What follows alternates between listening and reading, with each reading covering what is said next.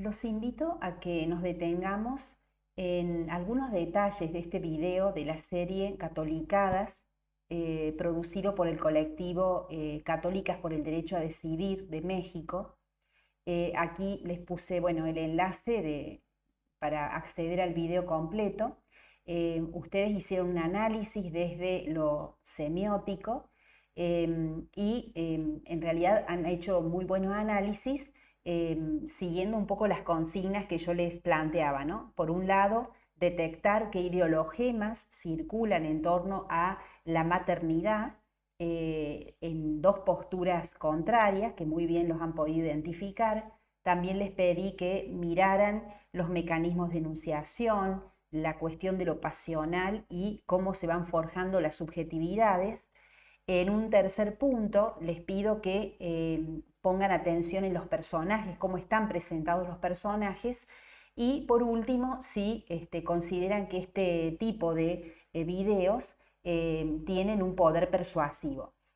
Todos han resuelto muy bien las consignas, algunos han logrado mayor precisión, mayor profundidad. Yo aquí quiero simplemente focalizar la atención en algunos detalles, como les dije al comienzo, del montaje enunciativo. Hay cuestiones que están construidas en el video para que justamente podamos nosotros captar una producción del sentido direccionado, digamos, para que se pueda captar con claridad determinado objetivo, determinado mensaje. Ya en la carátula vemos, ¿no es cierto?, hay una afirmación contundente: ser mujer no significa ser mamá. Resume, diríamos, el objetivo de todo el video. El título opera, ¿no es cierto?, de síntesis que luego se va a ir desarrollando a partir de esta situación de la vida cotidiana que presenta el video. Hay un detalle, fíjense que cuando comienza la presentación están los personajes fijos, digamos, de esta serie, que son la religiosa en primer plano, sonriente, que está en una nube diferente a la del sacerdote y su monaguillo, ¿no? Si ustedes después lo miran de nuevo el video, van a ver este detalle. Por un lado, la religiosa sonriente, adelante, ¿no es cierto? Se nota que se la ponen en primer plano, en otra nube diferente y una nube que se desliza veloz, ¿no? Mientras ellos dos están en una nube estática, fija. Ya podríamos decir que este detalle, esta construcción, está apelando a un sentido determinado, ¿no? Están en planos diferentes, ella adelante y ellos atrás, pertenecen a nubes distintas, una móvil y otra estática, ¿no? Y la movilidad y la alegría de la religiosa tienen que ver, por supuesto, con la libertad, el progresismo, la alegría, ¿no? De una iglesia que, digamos, representa todos esos valores diferentes a los que están encarnando estos dos personajes. Otro detalle, bueno, cuando finaliza la presentación, están los tres personajes, volvemos en nubes diferentes, ella en primer plano, con los brazos abiertos, ¿no? También simbolizando la libertad, la amplitud, la apertura, y adelante, ¿no? Como el personaje principal. Es decir, que ya hay una postura tomada a favor de la religiosa, evidentemente.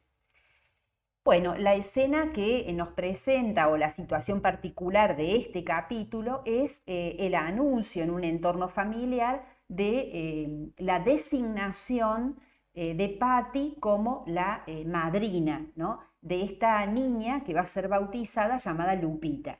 Bueno, el detalle de la copa, ¿no?, que el tintinear de la copa, como que silencio, ¿no es cierto? Ahora hay un gran anuncio, es como un gesto que a veces a nivel familiar, cuando alguien quiere decir algo importante, o hace sonar la copa o aplaude, pero bueno, es un anuncio, una formalidad que se anuncia que Patty ha sido designada madrina.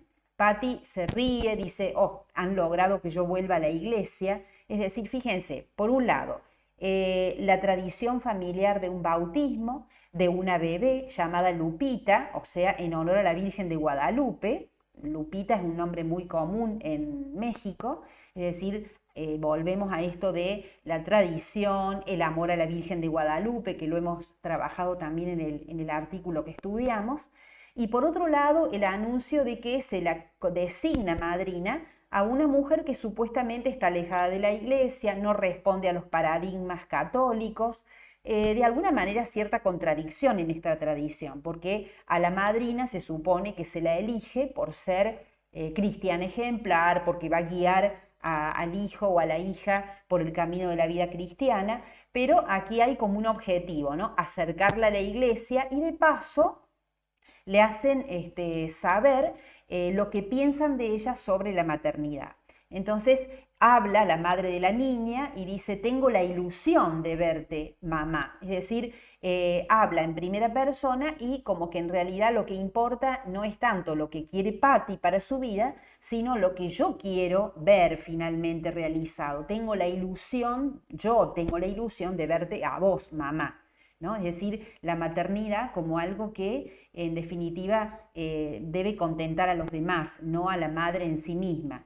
Y por eso el primer plano de cuando dice esto, y también el primer plano de la abuela, que la abuela va a aparecer en dos momentos, también en primer plano, pero un primer plano que tiene a otras personas detrás, ¿no? O sea, la figura imponente de la abuela, cierto matriarcado que ejerce la abuela, el dedo para señalar que yo también quiero verte madre, y después más adelante dice, acercas a los 40, o sea, ya no va a haber tiempo para la maternidad, o sea, la figura, ¿no? de la abuela como imponente y dando cátedra con respecto a este tema. Y bueno, esta escena que muestra a Patty acurrucada, achicada, bajoneada, pequeña, de alguna manera distante de su marido, o sea, los dos están como trastornados por la escena, por esto que le están planteando, ¿no? Y ahí vemos, fíjense cómo ejercen, digamos, como cierto poder sobre ella, los dedos acusatorios, los sermones con respecto a su decisión. Luego pasamos a otra escena absolutamente distinta al ámbito en el que podríamos decir que Patty ejerce poder por la profesión que ejerce. Lo vemos al sacerdote chillando como un niño porque le están poniendo el torno, hay como una queja exagerada. Se supone que un religioso debería ser más fuerte, digamos, con más entereza sobrellevar esa instancia del dentista, pero se lo presenta a un hombre muy, muy débil en ese sentido. Y ella, en el diálogo, le abre su corazón, le hace sentir, le muestra que se siente atosigada, condenada, como que la hacen sentir mala persona, y el sacerdote, en lugar de entrar en sintonía con esto, consolarla, buscar comprenderla, lo primero que hace es dar cátedra. Aún sentado allí, en un lugar donde el poder lo ejerce en realidad ella, con el dedito de nuevo acusatorio, le dice que tiene que leer un documento del Papa. Y fíjense que cuando pronuncia el título en latín, Mulieris Dignitatem, del documento de Juan Pablo II, hay un tintinear, hay una musiquita tintineante, ¿no? Como da la sensación como que, bueno, ante tal problema, fácate, ahí va el documento, lo saca del bolsillo, como una respuesta rápida, automática, sin importar, digamos, la biografía del otro.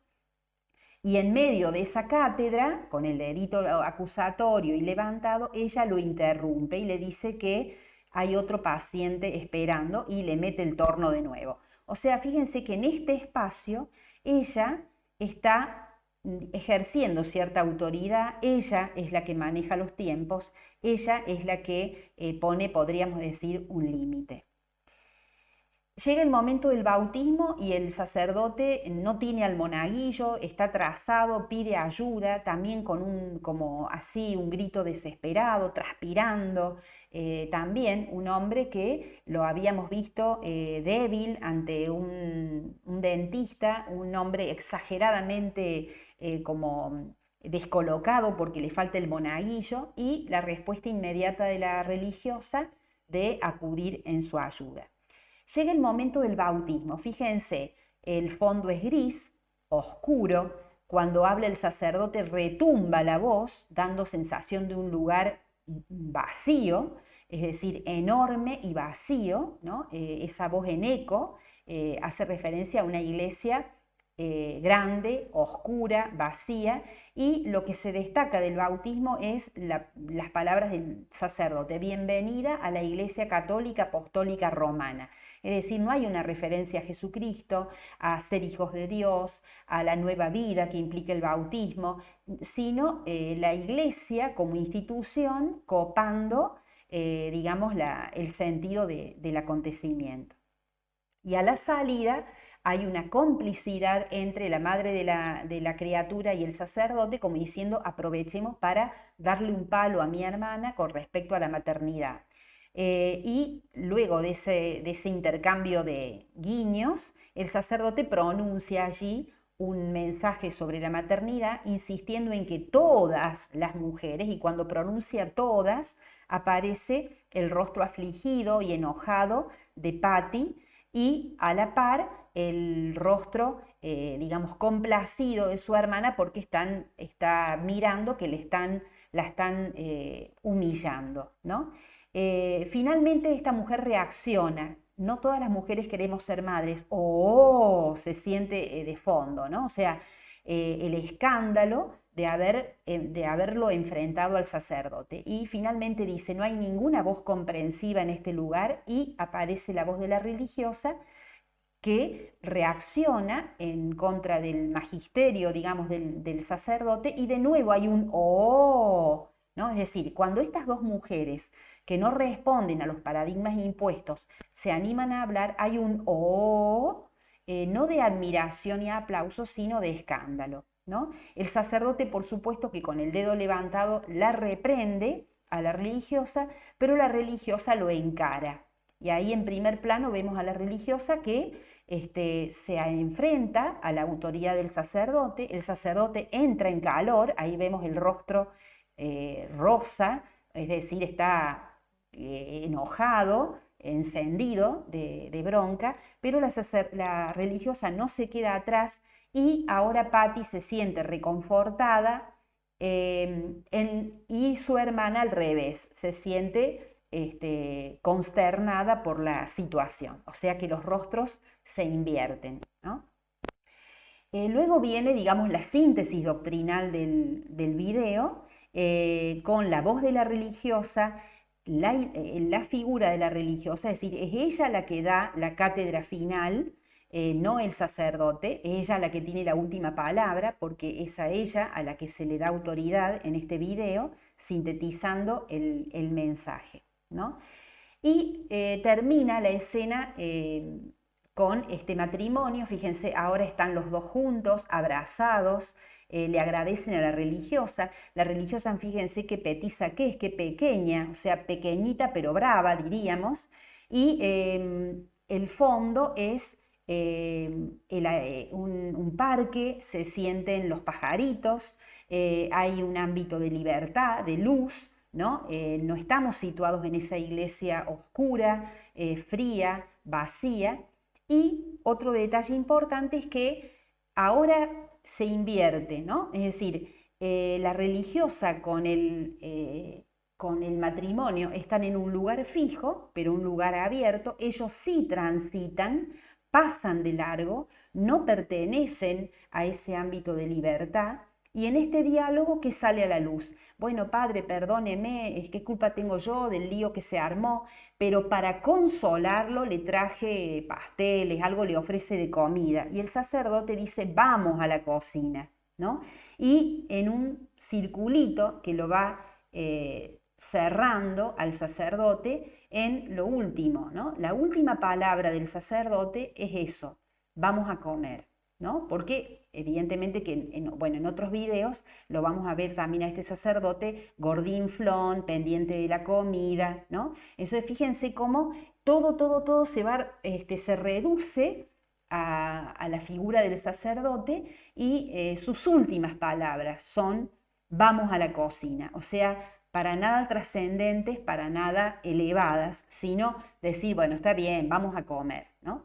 Entonces, bueno, es como que para que podamos ver que, cómo están presentados los personajes y evidentemente que hay una exageración a la hora de presentar todas las cuestiones defectuosas del sacerdote y las cuestiones virtuosas de la religiosa.